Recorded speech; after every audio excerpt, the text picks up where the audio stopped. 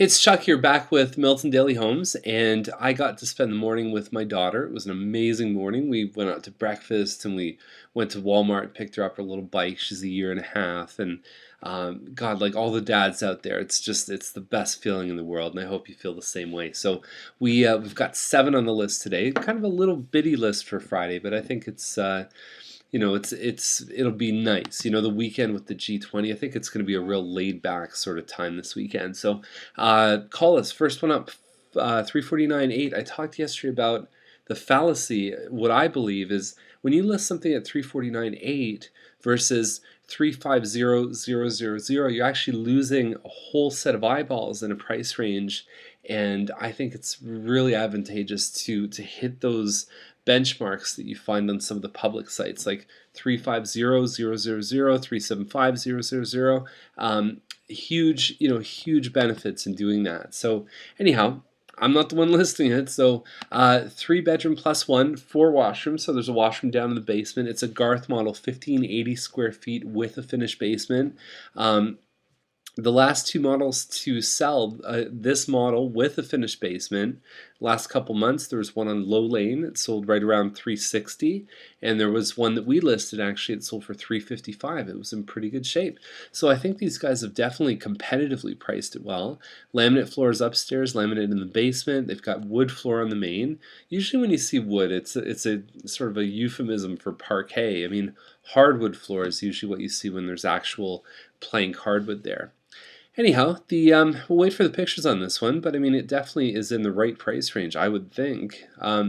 Cox is 409, and it's a 2-family style home, and it doesn't have a retrofitted legal basement, but I'll tell you, even if it doesn't have that, people rent, we call them in-law suites if they're not retrofitted. People rent them all the time. So not to say that there's any thing to consider when you do that. There's still things you need to know when you rent something that's not a legal apartment. But anyhow, that's beyond the scope of these videos. I can talk to you about that in a private conversation. So the kitchen looks okay. I think they've replaced the carpets, done some work here. So it's the back split where you go up a couple stairs, down a couple stairs, and there's the basement kitchen there.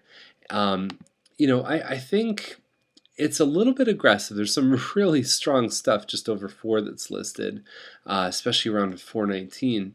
And you narrow your audience when you've got a 2-family style home, because people would have to convert it back if they just wanted their 1 family. So it can sometimes take a while to find the right buyer. Seller's Path, you're going to recognize this one if you watch the videos by the first picture.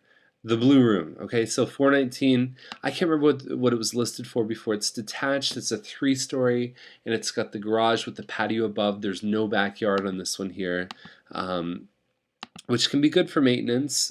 Personally, I mean, I like to have a yard in my house. Hardwood floors up in the bedroom too. Hardwood.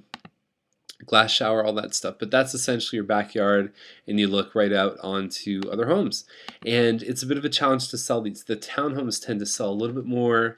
There's more turnover there because it's a lower price range where you're getting a double garage. But at 419, you could crank it up to like 430, 440, and you're getting homes with backyards and double garages too. So there you go. I think this one is good for what it is. It's just, again, maybe this one here has a bit of a narrowed audience that might be willing to live with not having the art. So Featherstone 419, it's a single car garage. It has a finished basement. It's on a 105-foot lot, which is good.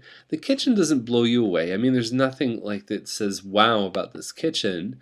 But it's solid. All the wall colors flow. Done a little glass, a little French door there, and nice bedroom there with the high ceilings. 9-foot ceilings on the main. There's a shot at the finished basement. Some good pot lights going through here, and yeah, and there's the yard. Nice piece of land there. So Featherstone's a good street. I believe that Coscorp was the builder on this one. It's a little walkout balcony from the 2nd floor. It doesn't blow my mind. I think it's a solid home. August 26th is the possession date. Whenever they quote an individual day like that, it usually means that that's an important day. They might have a next move in mind, and so that can often help sometimes with negotiating. Rolfe Terrace is 489.5, and I believe it's a 2,100 square foot home.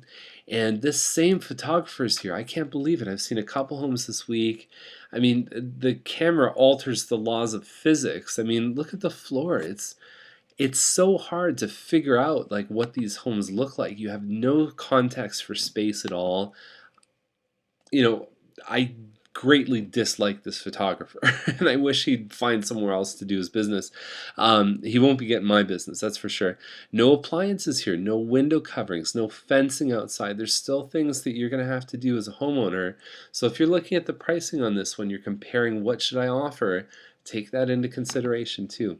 Archway into the other room, 2 archways here. You know, it's even hard to gauge how this one looks because the picture, in my eyes, not good. I mean, the house looks all right. It looks like they've done some upgrades. 2,100 square feet on this one here, 9-foot ceilings. At 49 seems a little bit aggressive to me for that size of home.